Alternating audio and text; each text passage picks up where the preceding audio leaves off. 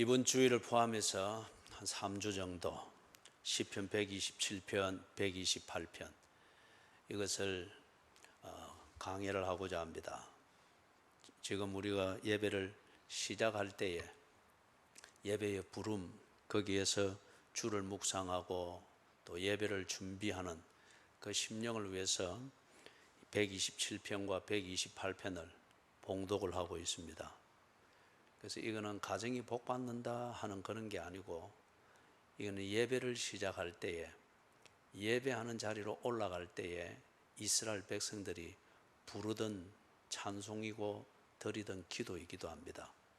그래서 예배를 드리는 자들, 그들에게 하나님께서 어떻게 은혜를 베푸시는가, 그리고 하나님을 예배하는 것이 왜 중심이 되어야 하는가 하는 이걸 그들이 삶의 현장에서 뼈저리게 깨닫고, 사람들은 꼭 그렇지 않습니까? 망하고 난 뒤에 깨닫습니다. 불에 대봐야 불이 뜨거운 줄 아는 게, 이게 참 사람들이 배우는 방식입니다. 그래서 이 이스라엘 백성들이 하나님 없이 살았던 그것을 자기들도 모르고 있었습니다. 망하고 난 뒤에 그걸 알게 됐습니다. 그래서 참 하나님 중심으로 살아야 된다.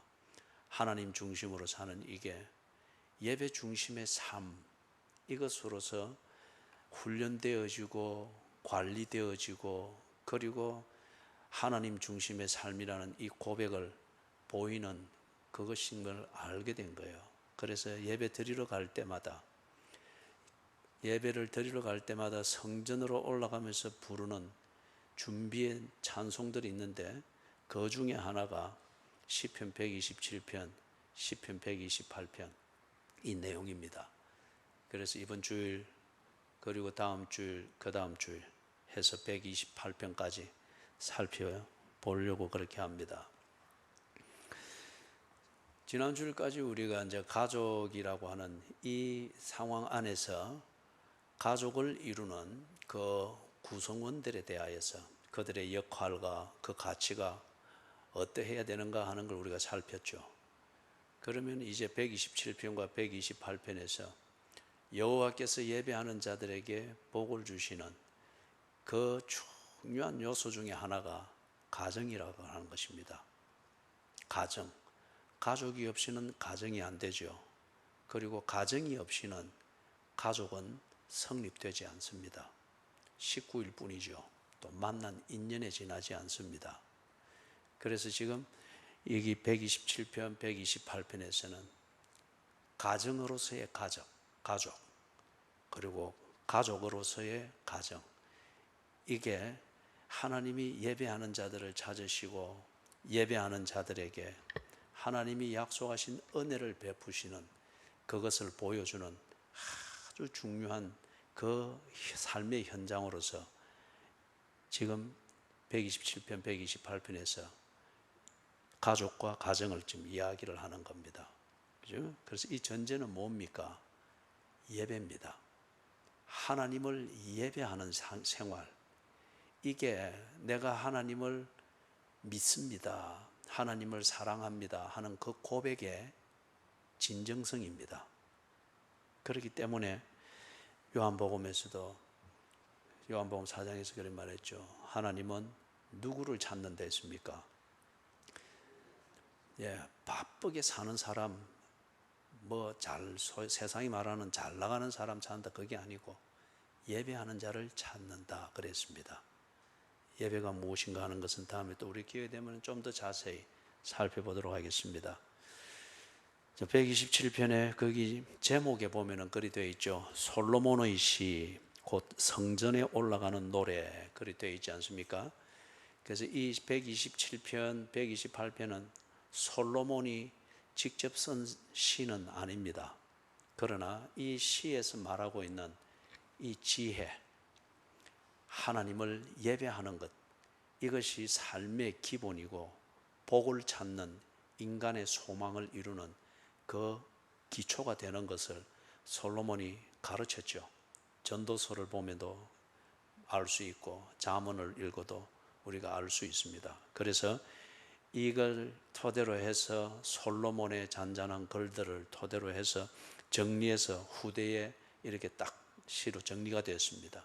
그래서 이걸 솔로몬의 시로, 그렇게 이게 기본적인 지혜와 그게 틀이 솔로몬으로부터 전승된 것이니까 솔로몬의 시라고 그렇게 붙였습니다. 그 다음에 이것은 어떤 때 부르는가? 성전에 올라갈 때, 그때 부르는 찬송이다. 거기 딱 명시를 해놨습니다. 그러면 이게 누가 성전에 올라가는가 하면 순례자들입니다. 이스라엘 백성들, 특히 이스라엘의 남자들은 1년에 3번을 성지 순례를 해야 됩니다. 다시 말해서 예루살렘 성전에 가서 정해진 제사를 드리고 절기를 지켜야 됩니다. 첫 번째는 봄에 갑니다. 봄에 유월절을 지키기 위해서 한 주간의 그 절기를 지키기 위해서 예루살렘을 갑니다. 그 다음에 두 번째는 초여름 이때에 갑니다. 이게 맥추절이라 부르기도 하고 신약에 와서는 오순절이라고도 부르죠. 그렇게 해서 또 한 주간의 이 절기를 지키기 위해서 순례의 길을 갑니다. 그리고 가을에 절기가 있습니다. 장막절입니다. 장막절을 지키기 위하여서 갑니다. 근데 이때 갈 때 혼자만 가는 것이 아니고 가족들이 갑니다. 이때 가족은 직계 가족만을 말하는 것은 아니에요. 직계 가족, 그 다음에 사촌, 육촌, 팔촌 또는 먼 친척, 그래서 어우러져서 갑니다. 그래서 여러분 누가복음에 보면은 예수님이 절기를 지키러 부모를 따라서 예루살렘을 가는 그 얘기가 있죠. 12살 때 갔는데 예수님이 집으로 돌아가는데 예수님은 성전에 남아가지고 율법사들하고 논쟁을 했지 않습니까? 그래서 부모들이 가다가 보니까 아들 예수가 없으니까 다시 찾으러 돌아서 예루살렘을 갔지 않습니까? 그래서 왜 처음에 갈 때 몰랐느냐? 이 가족 단위로 움직이기 때문에 그냥 섞여 있는 줄 아는 거예요. 그죠? 그래서 직계 가족만일 것 같으면은 뭐 한 6명 아니면 많으면 10명 이렇게 대번에 알 수 있지만은 이렇게 먼 친척들까지 다 포함해서 그들이 가족이라 말할 때는 그런 개념이었습니다.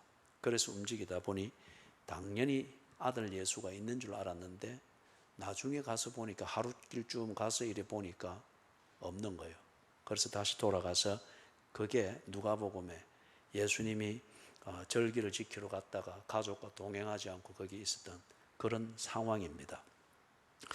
그러면서 이제 이 가족들이 가족 단위로 쭉 갈 때에 여리고, 갈릴리에서 오는 사람은 여리고를 거쳐서 올라오겠죠. 그리고 저쪽 또 예루살렘 아래쪽에 있는 사람들은 저쪽 서쪽에서부터 동쪽에 있는 예루살렘을 향하여 올라오겠죠. 그래서 여러분들이 예루살렘, 이스라엘을 가게 되면은 예루살렘을 반드시 들리지 않겠습니까? 그래서 예루살렘을 들릴 때 보면은 이 지형을 대번에 구분할 수 있습니다. 지형적으로도 예루살렘 도시는 저 위에 있습니다. 고도가 높은 지역에 있습니다. 그래서 차가 텔아비브 쪽에서 가면은 다 이 산 첩첩산이 되어 있는 이쪽을 계속해서 오르막으로 올라갑니다. 그리고 이제 여리고 동쪽에서 이쪽 서쪽에 있는 예루살렘으로 올 때 역시 이것도 지형적으로 볼 때는 올라오는 길입니다. 그래서 지형적으로 볼 때 순례자들이 예루살렘에 가까이 오면은 쭉 올라갑니다. 그 다음에 그들의 영성의 신앙적인 측면에 있어서 예루살렘은 그들의 중심입니다. 그렇기 때문에 예루살렘 쪽으로 가는 것은 항상 올라간다 말했고 예루살렘 반대쪽으로 가는 것은 내려간다, 그렇게 말을 했습니다. 그 다음에 예루살렘 성전의 구조에 있어서 들어가면은 뜰이 있고 이 뜰에서 성전으로 올라가는 여기에 계단이 있습니다. 그래서 이 계단을 올라가서 성전 본전으로 들어가는 겁니다. 그래서 여기서 올라간다, 이제 이 본 예배가 되니까 올라간다, 그렇게 이야기를 하는 거죠. 그래서 이들이 가면서 예루살렘 성전이 가까이 오는 것을 느낄 때에 이들이 오르막을 오르면서 뭐 급경사는 아닙니다. 완만하게 올라가는 이 길을 순례자들이 그 먼 길을 걸어오는 것 같아 몸은 피곤하지만은 감동이 넘칩니다. 그때에 성전으로 올라가는 이 순례자들의 찬송을 부릅니다. 그래서 우리 시편에 보면은 성전으로 올라가는 노래, 이 제목이 붙은 게 열 몇 편이 있죠. 그 노래들을 그들이 불렀습니다. 그 중에 이 127편, 128편을 그들이 가족 단위로 가면서 불렀던 거예요. 그러면 아주 실감나지 않습니까? 그죠? 우리가 이 가족이고 이 가족을 다 부양하고 가족이 함께 제대로 잘 살아야 되겠는데 이걸 어떻게 하느냐 말이에요. 그죠? 가난하면 이거는 더욱더 어렵습니다. 그런데 그들이 이 믿음과 소망 그리고 감동을 가지고 이 찬송을 부르는 거예요. 여호와께서 집을 세우지 아니하시면은 집 짓는 자의 수고고 헛되고 성을 지키는 자, 여호와께서 성을 지키지 아니하시면은 성을 지키는 파수꾼의 경성함이 허사로다. 그 말은 우리는 우리가 할 일을 하고 있다는 거죠. 진정 가정을 세우며 가족을 세우는 이 일을 하고 있다는 이 확신과 함께 이 노래를 부르면서 그들이 올라갔던 겁니다. 이스라엘의 역사에서 이들이 뼈저리게 경험을 했습니다. 그리고 배웠습니다. 조금 살만하면은 조금 여유가 있다 싶으면은 그들은 하나님을 예배하는 자리를 떠났습니다. 놀러 다니기 바빴습니다. 뭐 돈 벌러 다니기 바빴습니다. 조금 살만하면은 그랬습니다. 그러면은 반드시 전쟁이 일어나거나 약탈이 왔습니다. 전쟁이 일어나고 약탈이 일어나면은 1년 농사한 것 그냥 다 뺏기는 것이고 애지중지했던 자식들, 남자아이는 죽고 여자아이는 그냥 끌려가서 그들의 놀이개가 되든지 노예가 되는 겁니다. 그러면은 또 돌아와서 예배 중심을 회복한다시고 그렇게 하고 하나님 잘못했습니다. 그리고 또 주시는 은혜로 조금 살만하고 건강이 좀 회복된다 싶으면 또 그렇게 합니다. 다 황폐화 되어 버리는 거예요. 그래서 가장 큰 사건은 뭐였죠?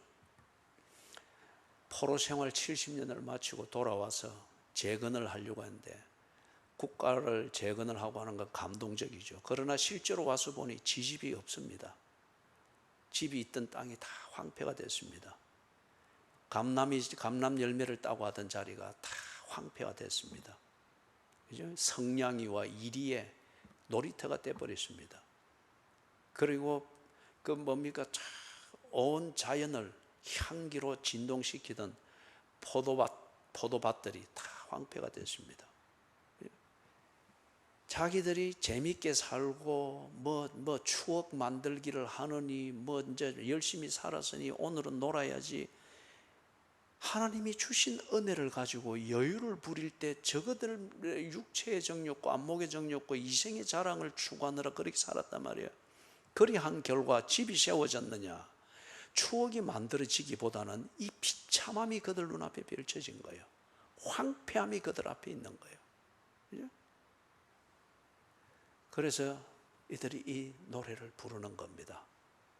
여호와께서 집을 세우지 아니하면은 집 짓는 자의 수고가 헛되고 다 황폐화되고 여호와께서 성을 지키지 아니하시니 우리가 놀러 다니면서 고기 구워 먹던 그 좋은 자리들이 다 전쟁에 짓밟히고 끌려가면서 피 흘렸던 이 피자국밖에는 없구나. 성을 지키는 자의 경성함이 허사로다. 이걸 뼈저리게 배우고, 그래서 처음에 제가 말했죠. 사람은 망하고 난 뒤에 깨닫습니다. 이게 사람이 배우는 아주 몸에 배어 있는 방식입니다. 그럼 참 잘 배워요. 그죠? 참 잘 배워요. 그렇기 때문에 솔로몬이 잠언에서 그리 말하잖아요. 그죠? 자식에게 매를 아끼지 마라. 그래서 어릴 때에 딱 바른 길을 가르치면 늙어서도 그 길을 떠나지 아니한다. 그러지 않습니까? 이걸 이 백성들이 이 처참함과 황폐함을 경험하면서 이제는 딱 정신을 차려서 순례의 길을 만들고, 그리고 성전이 가까이 올 때에 뭐 몸이 힘드니 이런 순례를 늘 해야 되느니 말아야 되느니 훈소리가 없습니다. 이 찬양을 부르는 거예요. 그리고 지친 몸이지만은 살아나는 영혼을 가지고 하나님을 만난다는 이 기대감을 가지고 성전을 향해서 올라가는 겁니다. 그게 1절의 이 내용입니다. 그런데 여러분, 잊지 말아야 되는 것은 우리 후세대든지 특별히 가정의 자녀들은 부모가 하는 걸 본 대로 합니다. 부모가 아무리 우리 자식 복되게 해주시고 뭐 가정이 천대에 이르도록 복을 받도록 잘 세워지게 해주시고 금식하고 철야하면서 뭐 그렇게 기도하고 부모는 뭐 주일 성수한다고 막 그렇게 애를 써도 부모가 가정에서 그리고 사회생활을 함에 있어서 예배 중심, 하나님 중심, 성경 중심, 교회 중심의 가치관을 가지고 예배 중심의 삶을 실천하는, 이게 가정을 중심으로 하여 일상생활에서 부모가 이걸 해내지 못하면 자녀는 본대로 합니다. 자녀도 보고 들은 대로 뭐 하나님 중심이 어떻고 예배를 잘 드려야 되고 부모가 하던 대로 말은 잘해요. 그러나 그렇게 하는 생활은 또 부모가 하던 대로 보았기 때문에 못하면은 빠지고 못하면은 지각하고, 지각하는 것을 여러분 부끄럽게 여길 줄 알아야 돼요. 예배를 드리러 온다면서 그러면 됩니까? 본대로 합니다. 본대로 하나님께 복받을 그런 삶의 내용을 부모가 그렇게 살았으면 자녀도 당연히 그렇게 합니다. 부모가 말은 복받을 말인데 사는 내용은 하나님께 한 대 맞을 그런 내용으로 산다. 반드시 자녀가 그걸 겪습니다. 우리 살아보니 그렇지 않습니까? 인생이 뭐 별다른 게 있습니까? 다 우리 삶에 겪었던 것, 우리 자식들이 여전히 그대로 겪어가는 거지 않습니까? 그렇기 때문에 우리는 당해봐서 알기 때문에 자녀에게 잔소리로서 교육을 하는 겁니다. 네 그러면은 실패한다. 네 그러면 병난다. 네 그러다가 큰 코 다친다. 우리가 겪어보니까 그런 거잖아요. 그죠? 왜 그러냐? 자녀는 부모가 하는 것을 본대로 합니다. 특히 우리 자녀들이 5살, 6살 될 때까지, 그때는 막 그냥 그대로 스폰지입니다. 본대로 하는 거예요. 그렇기 때문에 여러분, 1절에서 말하는 것처럼 이들이 이 노래를 부르면서 얼마나 뼈저리게 각오를 하고 다시금 돌아보겠어요. 이제는 내가 다시는 여호와께서 집을 세우는 그 삶을 살리라. 아무리 바쁘고 기회가 있어 보이고 내 잔머리가 번득거린다고 할지라도 여호와께서 거부하는, 여호와께서 세워주기를 거부하는 그런 자녀 양육, 그런 농사, 그런 경제활동, 이거는 내가 다시 하지, 그렇게는 살지 않을 것이다. 이 각오를 하면서 이 찬송을 부르는 거예요. 그래서 2절을 보면은 이들이 알죠. 일찍 일어나고 늦게 눕고 이게 뭡니까? 참 다 한번 잘 살아보자. 전쟁 겪고 난 뒤에 재건운동하고 막 이렇게 한번 해보자. 잘 살아보자. 황폐화되어진 자기 집터를 보고 다 타버리고 시체를 막 무디기로 묻어놓은 자기의 포도밭이 그렇게 바뀐 걸 보면서 얼마나 참담하겠어요. 그래도 살아야 되지 않습니까?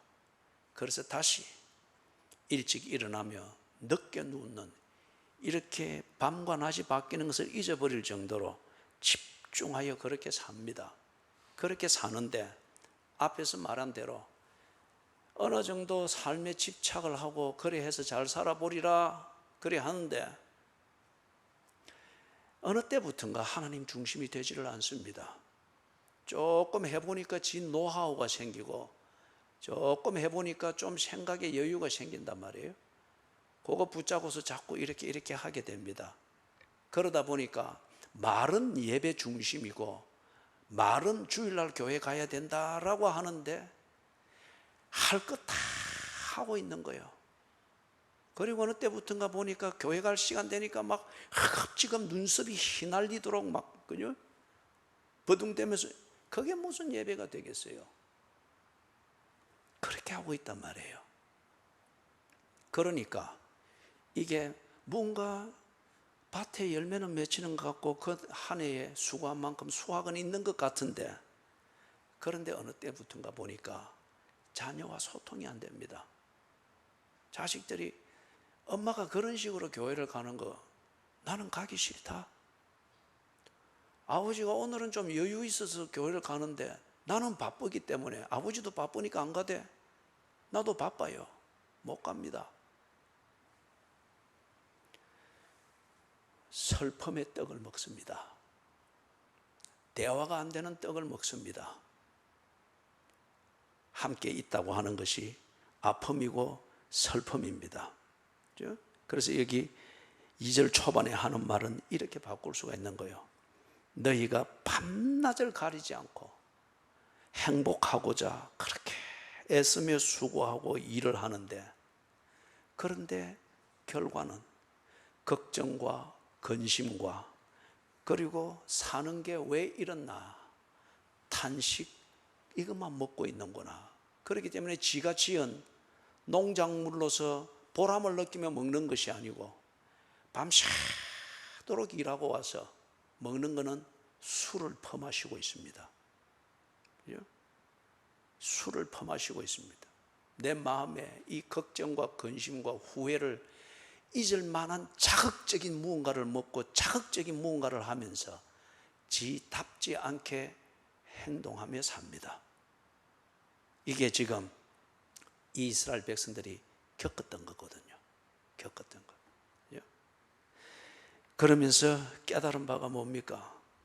하나님 중심, 성경 중심, 교회 중심, 그 가치관을 가지고 내가 진실하게 산다 하는 증거로서 예배 중심에 이 일상을 딱 관리하는, 이걸 하고 보니 그들에게 뭐가 일어났느냐? 2절 하반절입니다. 그러므로 여호와께서 그의 사랑하시는 자에게는 잠을 주시는도다. 여러분, 이게 단잠 자게 해준다 그런 말이 아니에요.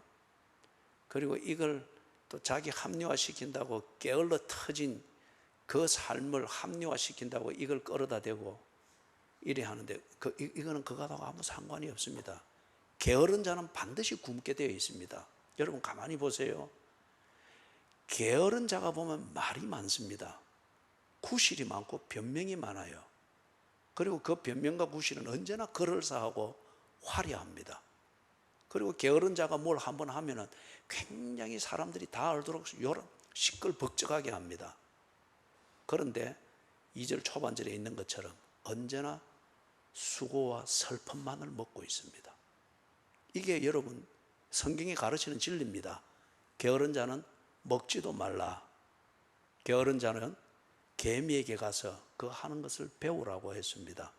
그렇기 때문에 여기 여호와께서 그 사랑하는 자에게 잠을 주시는도다, 이거는 게으르게 살 때 그게 편안하고 하는, 이게 하나님 주시는 복이다. 예배를 드리면 이런 복을 준다. 당신은 사탄에게 지금 중독된 겁니다. 이건 그걸 가르치는 게 아니에요. 이거는 그렇기 때문에 예배 시간이 좋다고 뭘 그렇게 해놨나? 하나님이 사랑하는 자에게 잠을 주는데 아니에요. 그것하고는 상관이 없는 겁니다. 이게는 뭘 말하는가 하면은, 여러분 거기 관주에 보면은 마가복음 26장에서부터 29절, 마가복음 4장 26절에서부터 29절이 관주에 인용이 되어 있죠. 그래서 비교해보라 해서 거기 되어 있죠.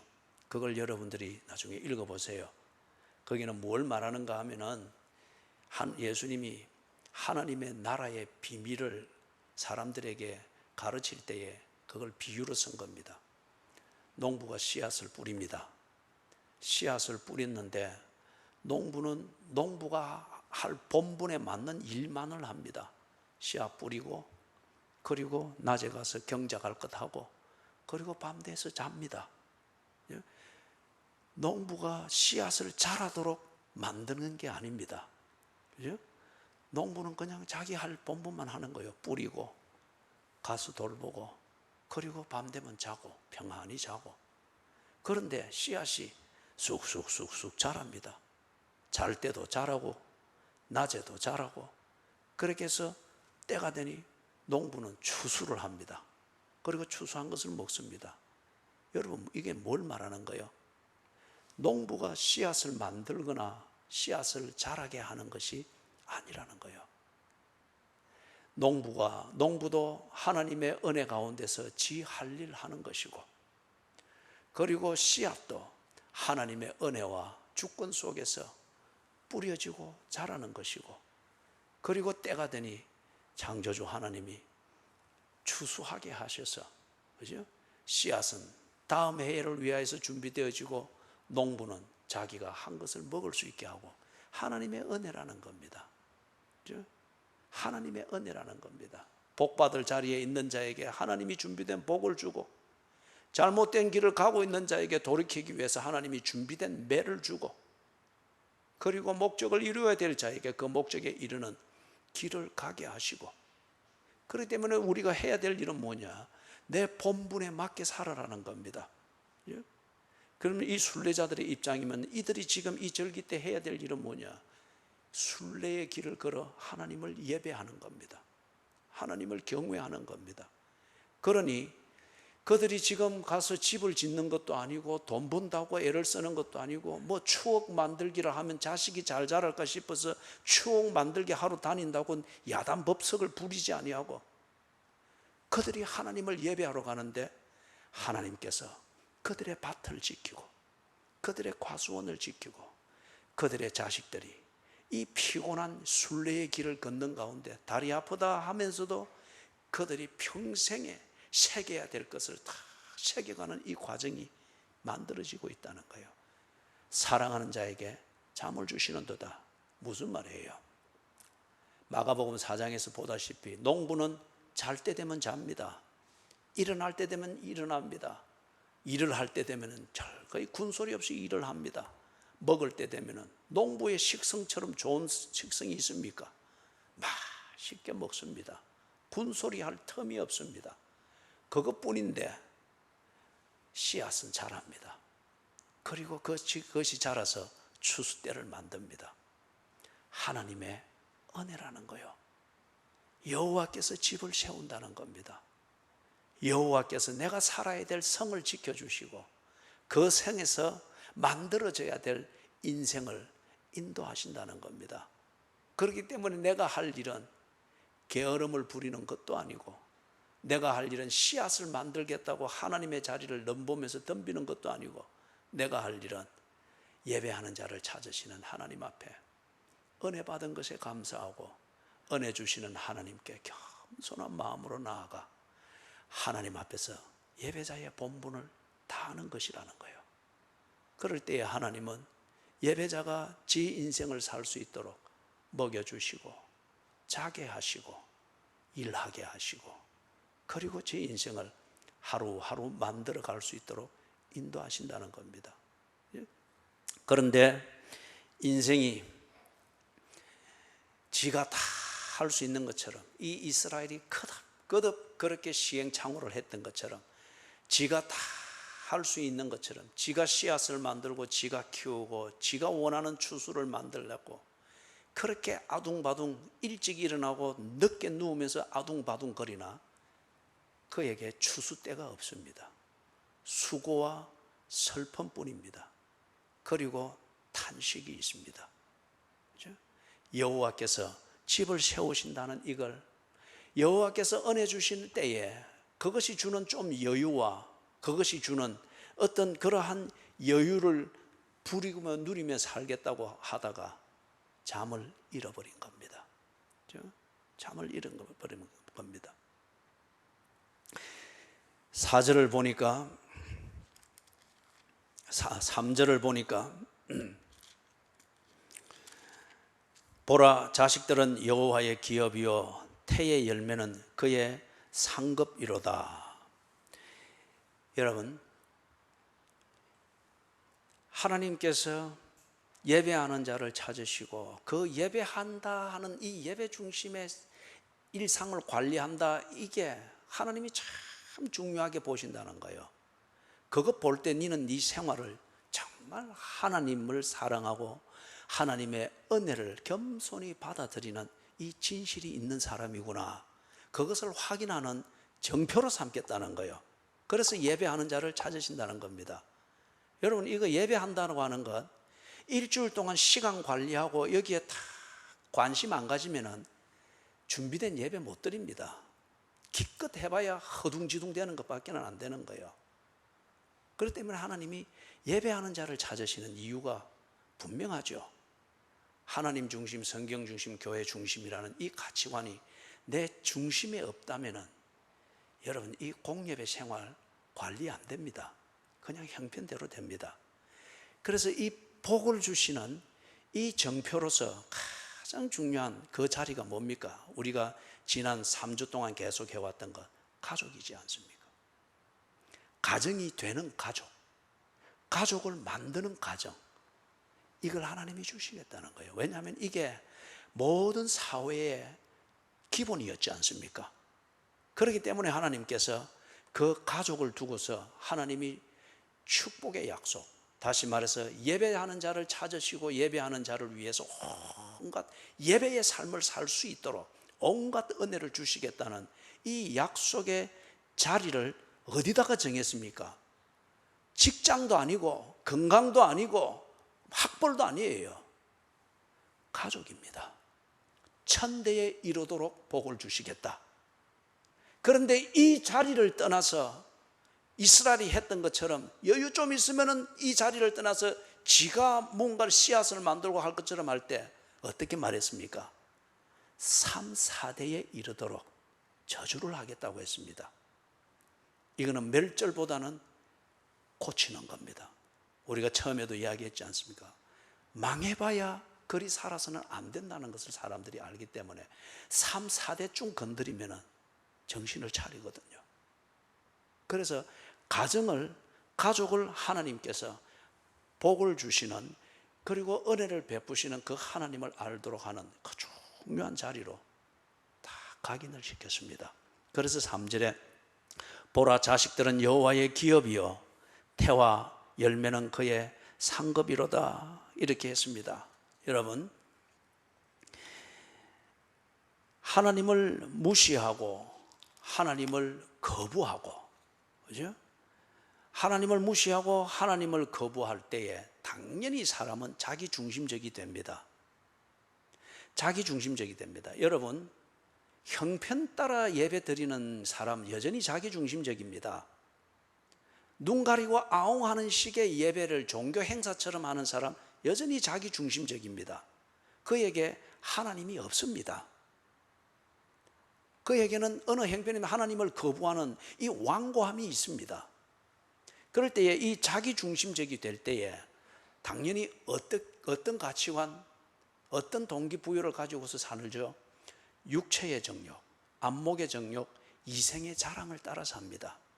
하나님 중심이 될 때는 여러분, 정말 내가 하나님의 은혜를 알고 하나님을 믿는 이 진실의 근거에 살 때는 하나님 중심, 성경 중심, 교회 중심이라는 이 가치관으로 내 일상을 예배 중심으로 다 시간 관리를 합니다. 약속 관리를 합니다. 가정 관리를 합니다. 그런데 자기 중심이다, 이것에 대한 증거는 뭐냐? 육체의 정욕, 안목의 정욕, 이생의 자랑, 이것을 충족시킬 수 있는 기회를 찾아서 삽니다. 여러분, 이렇게 되니까 육체의 정욕과 안목의 정욕과 이생의 자랑을 따라서 이렇게 해서 이거는 다 적흥적이고 충동적이고 그리고 임시방편적이고 그 다음에 자기 본능적입니다. 이거는 계획을 세울 필요가 없습니다. 충동적이기 때문에 지금 내가 보고 하고 싶다 그러면 그게 결정인 거예요. 예배를 그런 식으로 드리지 말라는 거예요. 교회 생활을 그런 식으로 하지 말라는 겁니다. 그것은 하나님 중심이 아닙니다. 자기 중심이에요. 지금 내 눈에 다른 보다 내 육체의 정욕을 끄는 게 없으니 그냥 교회 가고 싶은 충동대로 오는 것인 거예요. 그럴 때는 모든 게 불만입니다. 여러분, 그래서 육체의 정욕, 안목의 정욕, 이생의 자랑, 이 충동과 적극적이고 자기 하고 싶은 대로 감정에 이끌려서 하니까 그 단적인 예가 뭐죠? 인간에게 있는 아름다운 금단의 열매와 같은 이 성욕이라고 하는 것, 그리고 이 인간의 삶을 정말 보람을 느끼도록 만드는 열매와 같은 이게 뭡니까? 이는 자식입니다. 자녀입니다. 그죠? 그런데 육체의 정욕과 안목의 정욕과 이생의 자랑을 따라 끌려면서 사니까 성욕과 자식이 타락과 부패와 내 삶을 불행하게 만드는 걸림돌이 되어버립니다. 성욕을 채우는 충동적이고 욕구적인 삶을 통해서 모든 걸 다 태워버렸잖아요. 가정 부숴버렸고, 가족 부숴버렸고, 지 건강 부숴버렸고, 지 삶의 품위를 인면수심으로 만들어버렸습니다. 자식이 정말 보람이고 내 삶에 참 그런 힘이어야 되는데, 육체의 정욕과 안목의 정욕과 이생의 자랑을 따라서 이걸 추구하면서 살다 보니 자식이 그렇게 거추장스러울 수가 없습니다. 그렇게 귀찮을 수가 없습니다. 오늘도 많은 젊은 부모들이 뭐 추억 만들기를 해서 자식들을 뭐 길을 살리고 그게 정말 자식을 위해서 한 거예요. 자기의 욕구를 위해서 한 거지 않습니까? 자기 놀러 가고 싶은 데 가는 거지 않습니까? 자기 하고 싶은 것을 하면서 명분은 추억 만들기지 않습니까? 정말 자식이 그걸 통해서 평생 자기에게 양약이 되는 그 추억이 만들어질까요? 자식은 그걸 알고 가는 게 아닙니다. 대개의 경우는 부모가 거기 데려다 놓으니 거기 있는 거예요. 어제 저녁에 온천 전에 바람을 쐬기 위해서 이래 나갔는데 고기가 많이 뜨더라고요. 물 안에 있는 고기가. 아마 수온이 조금 높아지면 아마 그런 것 같아요.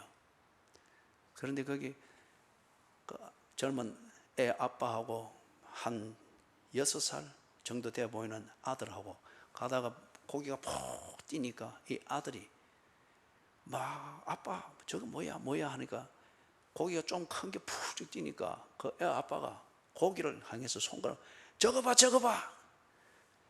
애는 이 아버지의 허벅지 정도까지 와 있어요. 허리춤까지 와 있어요.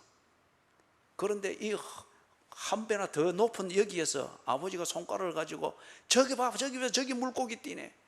애는 아무것도 못 봅니다. 아버지는 그 물고기를 보면서 흥분해서 저것 봐 하면서 손가락질을 가르치는데 애는 옆에 풀 보면서 거기에 뭐가 있는 거죠. 두리번거리고 있는 거예요. 이겁니다. 부모가 자식 핑계 대서 이것 한다 저것 한다 그리 하는데 그리 하는 그게 정말 자식의 눈높이에서 자식에게 받아들여지는 교육이 뭘까요? 그 추억 만들기라고 하는 것. 뭐 요즘 사회에서 많이 그리 이야기를 하고 그것 명분 삼아서 많이들 그렇게 여유 시간을 만들려고 하고 뭐 그렇게 투자도 합니다만은 그 추억 만들기가 정말 자식의 눈높이에서 자식이 볼 수 있고 생각할 수 있고 새길 수 있는 것을 정해서 그렇게 하는 걸까요? 부모가 재밌는 것 아닐까요? 자식은 액세서리로 따라다니는 것일 뿐이고. 그죠? 그래서 여러분 3절이 그 얘기입니다. 보라 자식은 여호와의 기업이요 태와 열매는 그의 상급이로다. 여호와께서 세우는 집이 아닌 육체의 정욕과 안목의 정욕과 이생의 자랑을 추구하고 이것을 채우는 재미로 어느 때부턴가 살다 보니까 타락한 성문화를 졸졸곤 도구로 받아들이고 그리고 자식은 거추장스러우니까 적당히 그렇게 관리를 합니다. 그리고 오늘날 이 사회에서는 자식을 낳지 않습니다. 낳은 자식도 그냥 그 자리에서 죽어버립니다. 아니면은 이불 덮어 씌워놓고 두드려 패서 죽입니다. 18개월 된 그 딸아입니까? 24개월 된 딸아입니까? 뉴스 보았죠? 왜 우리 사회에 이런 뉴스들이 갈수록 많아지고 여기에 대해서 우리는 그렇게 뭐 붕괴하지도 않습니다. 또 올라왔네. 또 이런 사건 터졌네. 왜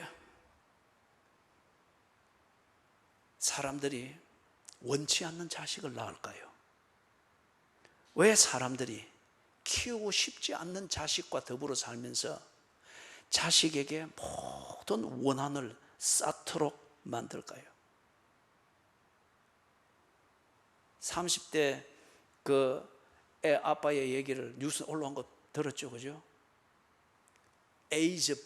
에이즈균을 가지고 있는 30대 애 아빠가 8살 된 지 딸을 몇 차례나 성폭행을 한 거예요. 지 딸을 성폭행하는 것도 이 인면수심이지만은 지가 에이즈 보균자라고 하는 것을 알면서도 이 딸에게 성욕을 푸는 도구로 삼았다.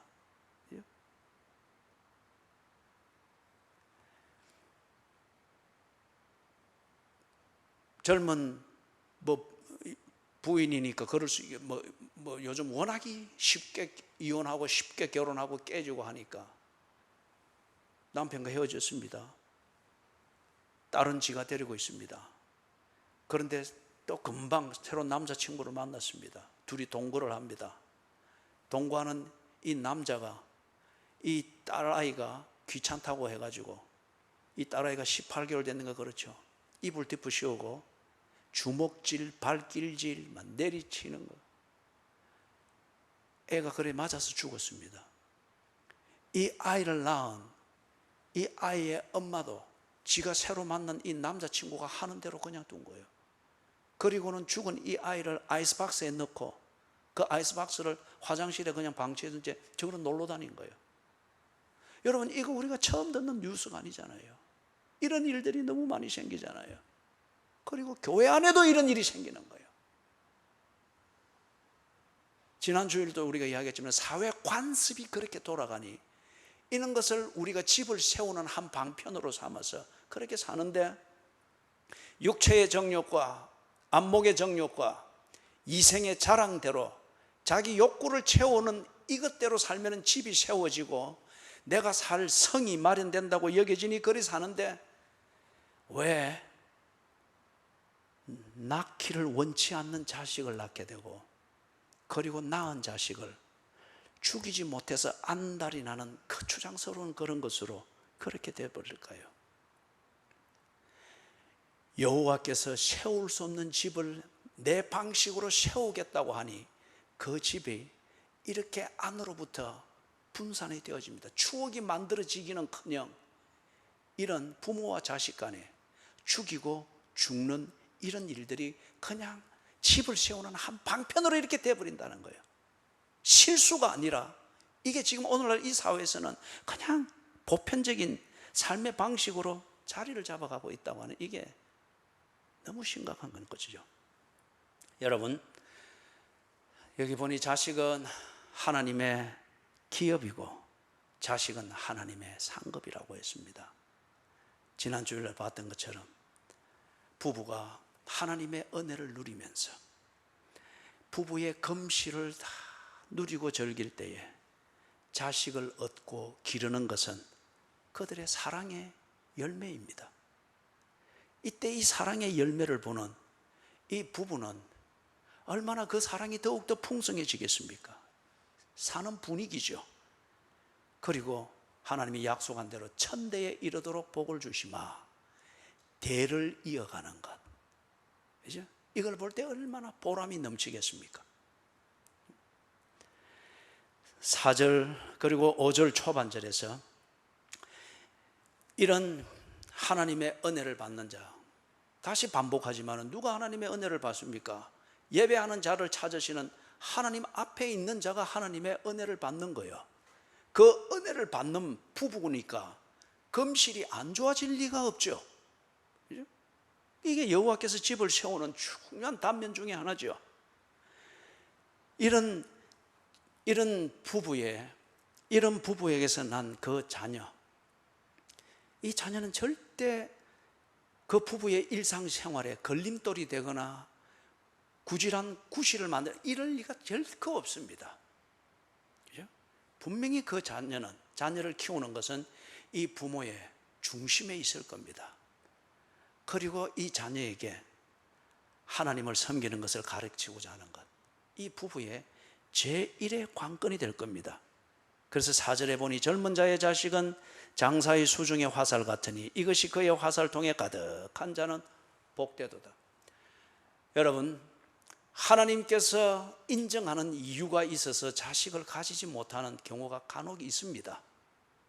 그러나 오늘날 이 시대는 경제적으로, 문화적으로 여유가 있으면 있을수록 자식을 인위적으로 가지지 아니하려고 합니다. 거부합니다. 그리고 그 자리에 모든 선진국들이 보여주는 것처럼 반려동물로 자리를 채웁니다. 반려동물이 대를 이어갈 수 없습니다. 이게 단적으로 뭘 말합니까? 귀찮은 거 싫다는 거예요. 나는 골치 아프게 사는 거 싫다는 거죠. 내 대에 내 재미있게 살다가 끝나면 된다는 것이죠. 그런데 하나님의 은혜를 받아 그 은혜 속에서 점점 검실이 좋아진, 그래서 여호와께서 세워주는 집의 중심이 되는 이 부부가 있는 곳에 그 대를 이어가고 사랑의 열매가 풍성해지도록 하는 하나님의 이 은혜가 이 젊은 부부를 통하여서 준비되어지고 대를 이어가게 되는 것을 보여줍니다. 화살통, 여기에 화살이 많이 들었다. 고대 전쟁에서 이 화살이 없다고 하면은 여러분, 그 전쟁은 이미 진 겁니다. 그리고 전통의 화살은 많지만은 화살이 휘어졌거나 화살촉이 무디거나 아니면은 화살이 날 수 없을 정도로 지나치게 지 본분에 맞지 않게 무겁거나 이럴 때에, 또는 화살이 너무 약해서 표적까지는 갔지만은 표적을 뚫지 못하고 그게 부닥침과 함께 끊어져 버리거나 이럴 때는 화살의 가치가 없습니다. 하나님의 은혜 안에서 여호와께서 세워주는 집을 중심으로 다 지켜가고 세워가는 이 부부는, 검실이 좋은 이 부부는 화살을 제대로 만든다는 겁니다. 화살촉을 날카롭게 하고 화살이 표적지까지 나를 수 있도록 하고 화살이 화살다워야지 화살이 창처럼 무겁고 보기에 좋도록 그렇게 만들지 않는다는 거죠. 사랑하는 여러분, 지금 우리가 키우고 있는 이 자식들이 정말 화살답게 날 수 있을까요? 지가 맞춰야 될 표적을 향해서 날 수 있을까요? 무엇보다도 지금 내가 낳았고 내가 이렇게 키우고 있는 내 자식들이, 그들이 이루어야 될 표적, 예배하는 자가 될 수 있을까요? 하나님을 예배하는 자가 될 수 있을까요? 여호와께서 세우시는 그 집을 지킬 수 있는 자가 될 수 있을까요? 내가 내 자식들에게 많은 것을 가르쳤고 많은 것을 먹여서 누구보다도 건강하고 누구보다도 기가 살아있고, 그리고 뭔가 좋은 직장과 학벌이 많도록 내가 일찍 일어나고 늦게 누우면서 수고하면서 그렇게 키워놨으나 오늘날 그 자식들이 그 몸과 그 여유와 그 좋은 학벌을 가지고서, 그리고 기가 살아있는 그 어떤 담대함을 가지고서 하나님을 무시하고 하나님을 거절하고 예배하는 것을 우습게 여기고 예배를 빠지는 것을 당연하게 여기고 자랑스럽게 여기는 그런 자식이 되었다고 하면은 내 전통의 화살은 부러졌습니다. 내 전통에 있는 이 화살은 화살촉이 무뎌졌습니다. 내 전통에 있는 이 화살은 창처럼 너무 무거워서 아무리 활 시위를 당겨서 때려줘도 목적에 이르지 못하고 중간에 떨어질 수밖에 없습니다.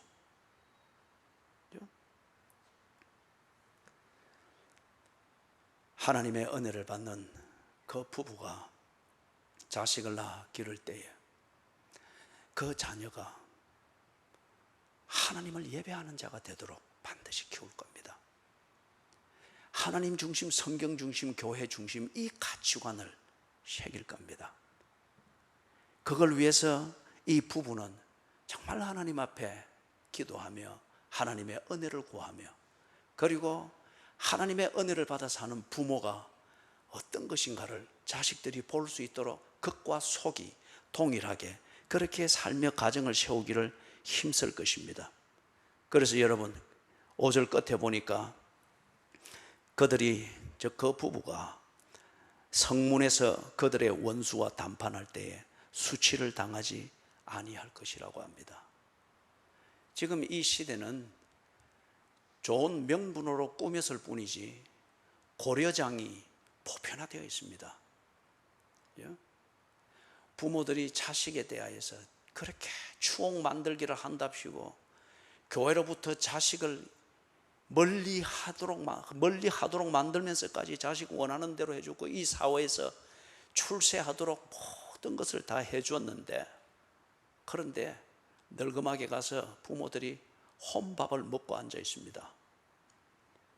그리고 늙어지니 젊을 때에 만들던 요리도 만들 수 없으니 그냥 대충 하나 만들어서 먹으면서 국은 끓일 수 없으니 눈물로 국을 말아서 먹습니다. 그죠? 자식의 얼굴을 보며 이게 뭔가를 해줄 것이다 생각하면서 하나님보다도 자식에 대한 내 애착을 더 하나님처럼 섬기면서 그렇게 키웠는데, 그런데 바라보던 자식은 1년 내가도 눈에 띄지 않고 전화 올까 싶어서 그냥 전화기 액정만 바라보고 있습니다. 이거 수치지 않습니까? 여러분, 제가 만약에 다시금 30대로 돌아간다고 하면 제 아이를 어릴 때부터 키우는 이때로 돌아간다고 하면 저는 제 아이의 숙제를 도와주는 것, 이것보다도 성경 이야기를 읽어주는 이 시간을 분명히 가질 것입니다. 제가 다시 그때로 돌아간다고 하면, 지금 한 30년 전으로 되돌아간다고 하면 나는 내 자식들에게 공부 잘해라, 이 독촉하지 아니할 겁니다. 그것보다는 식탁에 앉아서 대화할 겁니다. 그들이 하루를 보냈던 것을 두고 그들의 웃음을 같이 웃으면서 대화를 할 겁니다. 추억 만들기를 한답시고 애들이 아무것도 모르는 그 길을 바쁘게 몰아다니면서 시간에 못 쫓아온다고 막 빨려오고 막 부추기고 뭐 감자 칩스 뭐 사주고, 그래 애들이 못 먹으면 또 이걸 먹어야지, 이거는 누구나. 저는 그런 호들갑을 떨면서 추억 만들기를 한답시고 아이들에게 독재를 하지 아니할 겁니다. 그것보다는 아이들이 주일 학교를 가고 예배를 드릴 수 있도록, 그리고 예배를 갔다 오면은 교회는 너무 재미없어, 또는 뭐 오늘 전도사님 설교가 너무 길어서 너무 재미없어, 간식이 맛이 없어, 그런 소리 듣고 내가 교회에 따지거나 불평하고 아이들에게 재밌는 거 만들어 주려고 축구 클럽에 보내고 주일날 축구 클럽 뭐 놀이 하는데 보내, 저는 그렇게 하지 아니할 겁니다. 그럼에도 불구하고 교회 예배를 데리고 다니고 필요하다면은 그 교회 예배에 함께 앉아서 드리고, 불평하면은 그 불평이 왜 그런지 조곤조곤 맥도날드에서 아이스크림 하나 먹으면서 대화하는 그 시간을 분명히 가질 겁니다. 그래서 아이들이 예배가 이해가 되기보다 예배가 체질에 새겨지도록 그렇게 할 겁니다. 아이들이 설교를 들으면서 주리를 틀고 막 잠을 자고 막, 그래서 엄마가 옆에 앉아 창피하게 여겨질지라도 저는 그것을 할 겁니다. 그 아이가 성인이 되었을 때에 예배를 떠나지 아니할 겁니다. 예배를 떠나지 않을 겁니다. 그리고 저는 30대로 돌아간다면 내 아이가, 내가 30대 때에 제 아이가 6살, 4살, 5살 이럴 때니까요. 30대 초반에 저는 이 아이들을 반드시 한 주에 한 번은 새벽 기도를 데리고 갈 겁니다. 제가 그리 했습니다. 그러나 언제나 그렇게 하지는 못했습니다. 애들이 너무 힘들어서 쓰러져 자고 할 때, 그리고 잠든 것을 안고 가고 오고 할 때 때로는 귀찮기 때문에 두고 간 때도 있습니다. 그러나 제가 30대로 돌아간다면 한 주에 한 번은 새벽 기도를 데리고 갈 겁니다. 그리고 거기서 쓰러져서 죽은 것처럼 자더라도 그렇게 할 겁니다. 몸에 새기기 위해서. 그러면 그 아이는 분명히 지가 자라서 사망의 음침한 골짜기를 만나게 될 때 그 아이는 기도할 겁니다. 쓰러져서 기도할 겁니다. 그죠?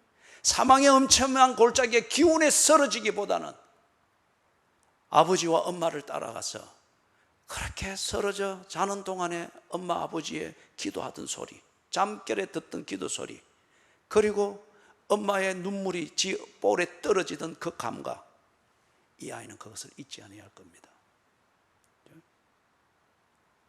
여호와께서 세우는 집이어야 합니다.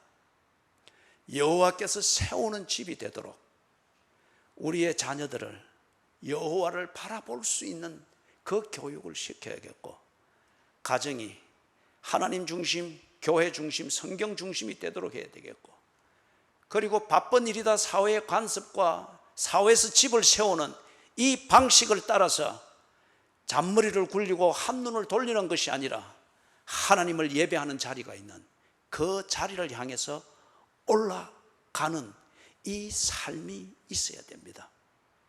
그리고 어떻게 먹고 살까? 수고의 떡을 또 먹게 되지 아니할까? 이 염려가 있을 때에 그 염려를 해결하기 위하여서 돌아서 가는 것이 아니라 그 염려를 안고 여호와께서 집을 세우지 아니하시면은 집 짓는 자의 수고가 헛되고, 여호와께서 성을 지키지 아니하시면은 파수꾼의 경성함이 허사로다. 이것을 고백하면서 먹여주시는 하나님, 살게 하시는 하나님, 일용할 양식을 주시는 하나님, 목적을 보게 하시는 하나님, 목적에 이르도록 인도하시는 그 하나님을 향하여 나아가는 예배의 삶이 있어야 할 것입니다. 부디 여러분의 가족이, 여러분의 가정이 여호와께서 세우시는 집의 출발점이 되기를 주님의 이름으로 축원합니다.